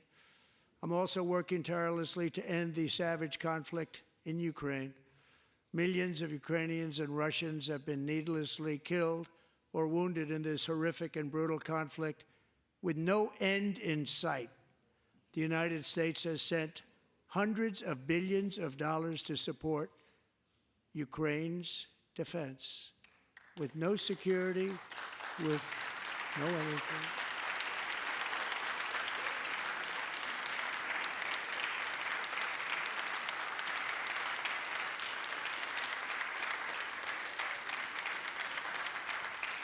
Do you want to keep it going for another 5 years?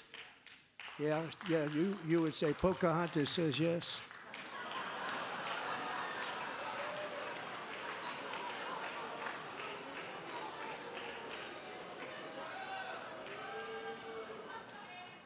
$2,000 people are being killed every single week. More than that. They're Russian young people. They're Ukrainian young people. They're not Americans. But I want it to stop. Meanwhile, Europe has sadly spent more money buying Russian oil and gas than they have spent on defending Ukraine, by far. Think of that. They've spent more buying Russian oil and gas than they have defending. And we've spent perhaps $350 billion, like taking candy from a baby. That's what happened. And they've spent $100 billion. What a difference that is. And we have an ocean separating us, and they don't. But we're getting along very well with them, and lots of good things are happening. Biden has authorized more money in this fight than Europe has spent by billions and billions of dollars. It's hard to believe that they wouldn't have stopped it and said, at some point, come on, let's equalize. You got to be equal to us. But that didn't happen. Earlier today, I received an important letter from President Zelensky of Ukraine. The letter reads, Ukraine is ready to come to the negotiating table as soon as possible to bring lasting peace closer. Nobody wants peace more than the Ukrainians, he said. My team and I stand ready to work under President Trump's strong leadership to get a peace that lasts. We do really value how much America has done to help Ukraine maintain its sovereignty and independence. Regarding the agreement on minerals and security, Ukraine is ready to sign it at any time that is convenient for you. I appreciate that he sent this letter, just got it a little while ago. Simultaneously, we've had serious discussions with Russia and have received strong signals that they are ready for peace. Wouldn't that be beautiful? Wouldn't that be beautiful?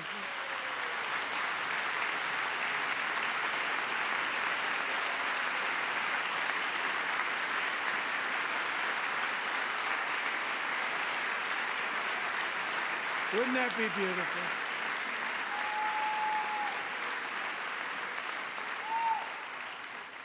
It's time to stop this madness. It's time to halt the killing. It's time to end this senseless war. If you want to end wars, you have to talk to both sides. Nearly 4 years ago, amid rising tensions, a history teacher named Mark Fogel was detained in Russia and sentenced to 14 years in a penal colony. Rough stuff. The previous administration barely lifted a finger to help him. They knew he was innocent, but they had no idea where to begin. But last summer, I promised his 95-year-old mother, Malphine, that we would bring her boy safely back home. After 22 days in office, I did just that, and they are here tonight.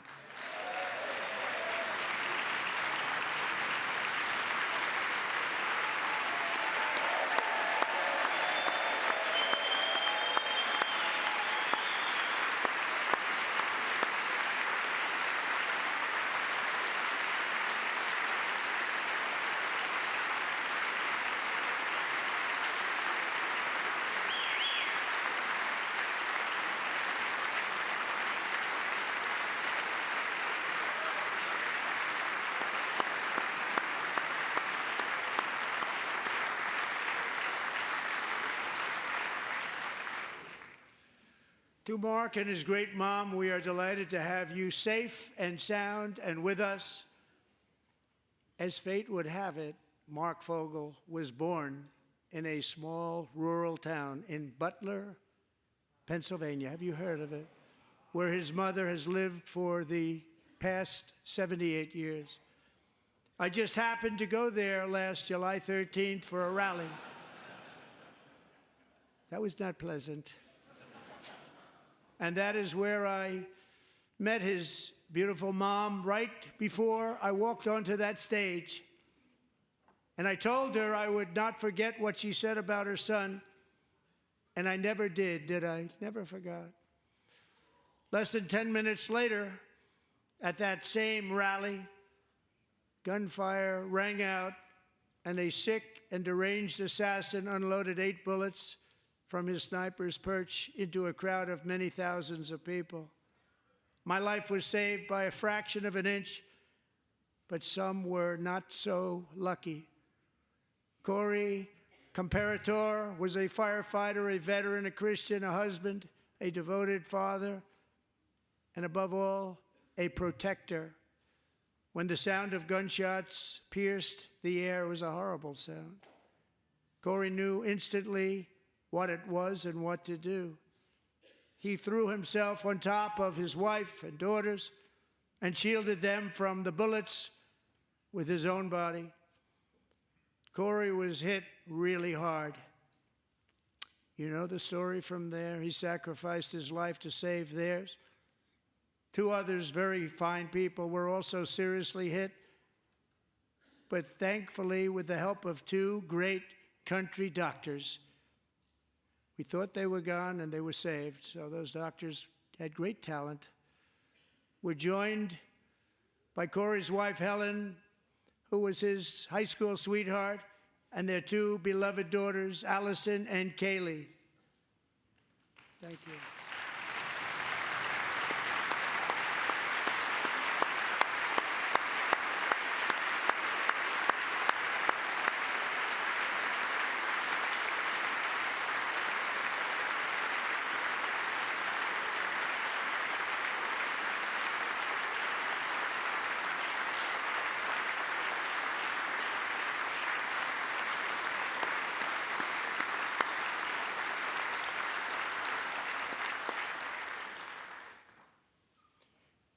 To Helen, Allison, and Kaylee, Corey is looking down on his 3 beautiful ladies right now, and he is cheering you on. He loves you. He is cheering you on. Corey was taken from us much too soon, but his destiny was to leave us all with a shining example of the selfless devotion of a true American patriot. It was love like Corey's that built our country, and it's love like Corey's that is going to make our country more majestic than ever before. I believe that my life was saved that day in Butler for a very good reason. I was saved by God to make America great again. I believe that. Thank you. Thank you.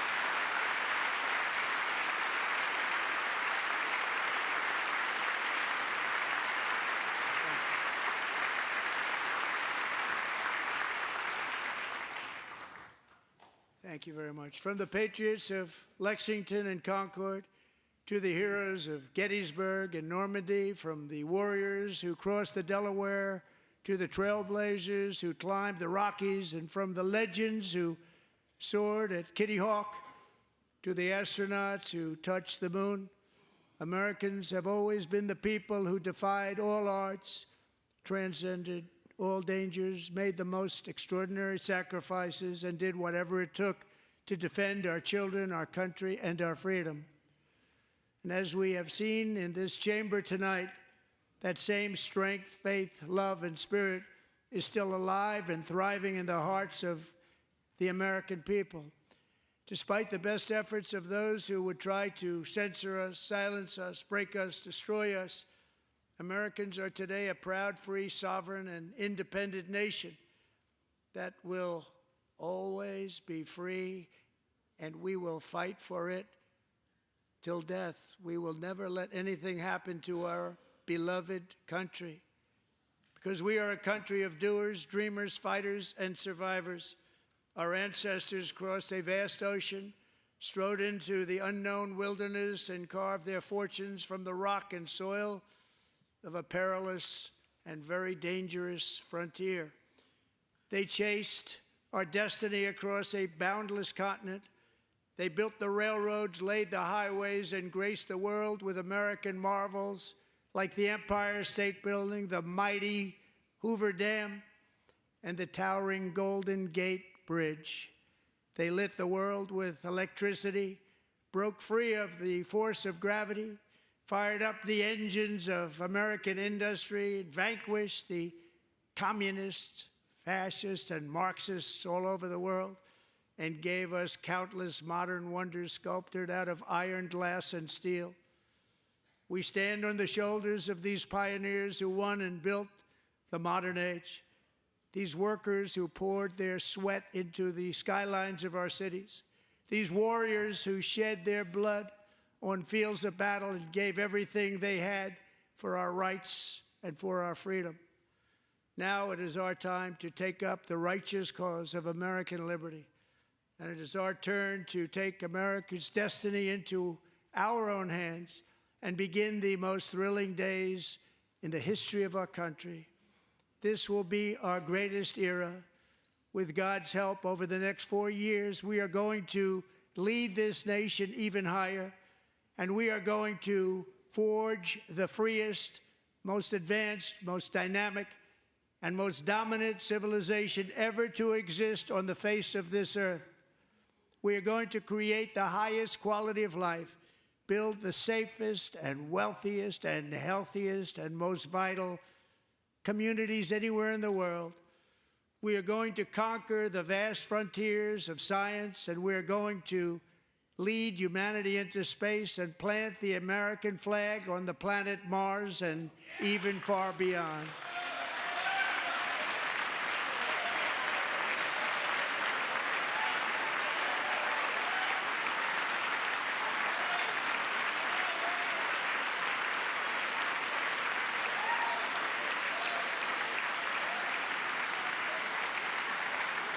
And through it all, we are going to rediscover the unstoppable power of the American spirit. And we are going to renew unlimited promise of the American dream.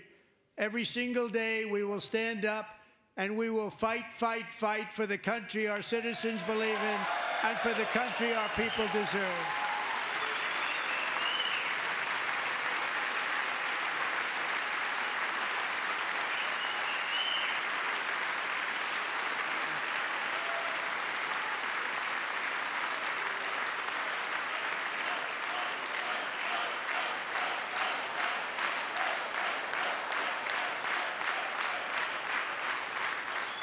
My fellow Americans, get ready for an incredible future, because the golden age of America has only just begun. It will be like nothing that has ever been seen before. Thank you, God bless you, and God bless America.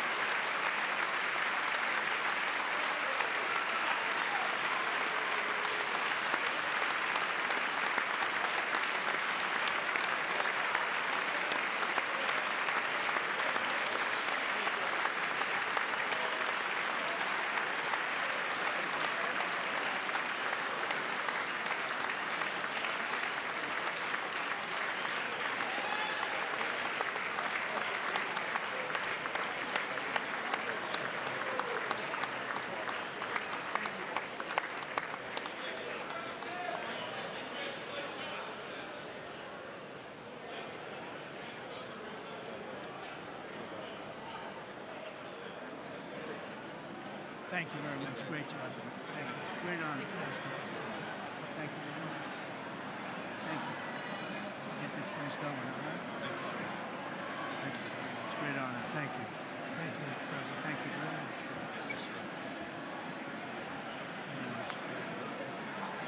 Thank you very much. Appreciate it. Thank you. See you soon. Teaching young people to love America. Well, I'm trying to. Great guy. Thank you. Best to your family. Thank you. Thank you very much. Appreciate it. Howard. Thank you again. Thank you again. Won't forget. So good. Yeah, it's good. So good, sir. Thank you. Terrific, Mr. Really good. It's really outstanding. Thanks. Thank you. Yes, sir. Thank you. Good job, Mr. President. Thanks. We got you. Great. Mr. President, one of your best speeches. Thanks again, Mr. President. Thank you, Mr. President. Thanks for the phone call last night, too. Absolutely. You know that. Thank you very much. I'll do it. Just give me the information. I'm not going to get it. Sorry. Thank you, everybody. Great speech. Great speech. Thank you. Best speech ever. Yes. Good. Congratulations. Good job. Can you sign President?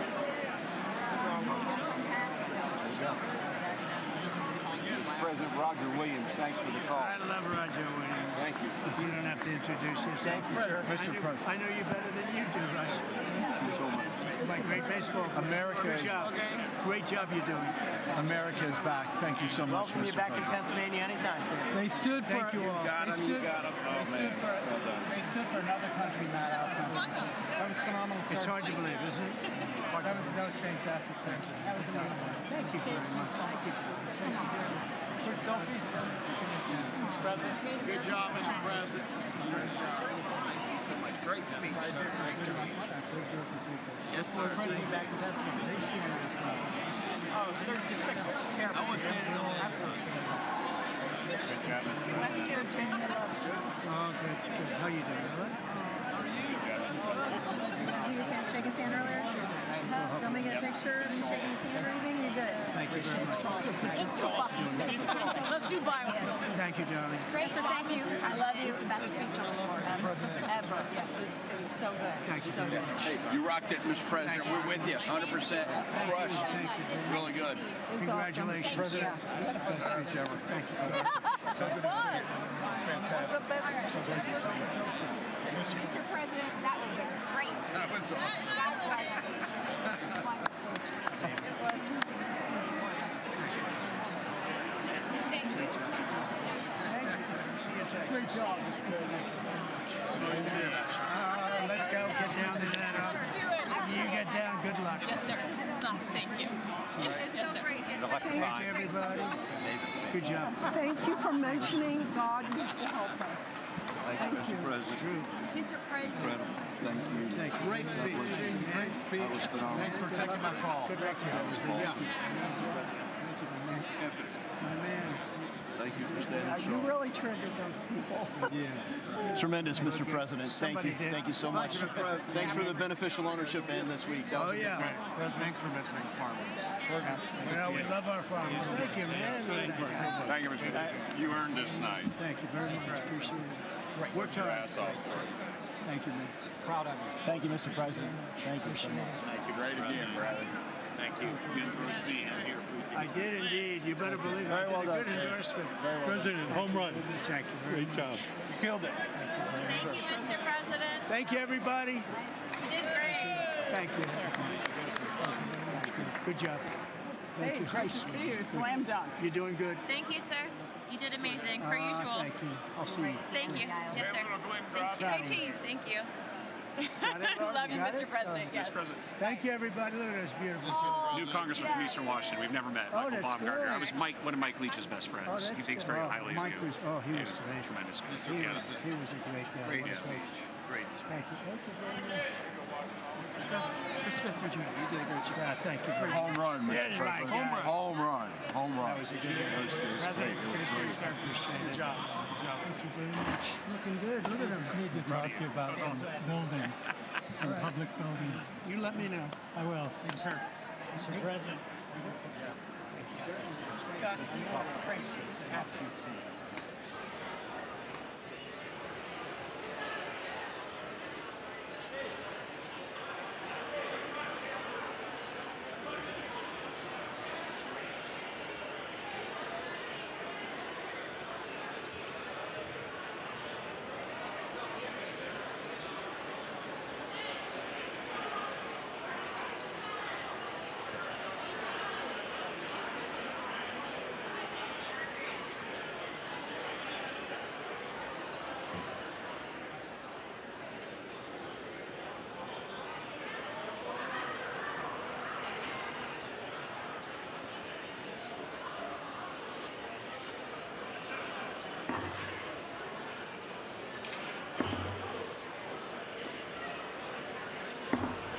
The House will be in order.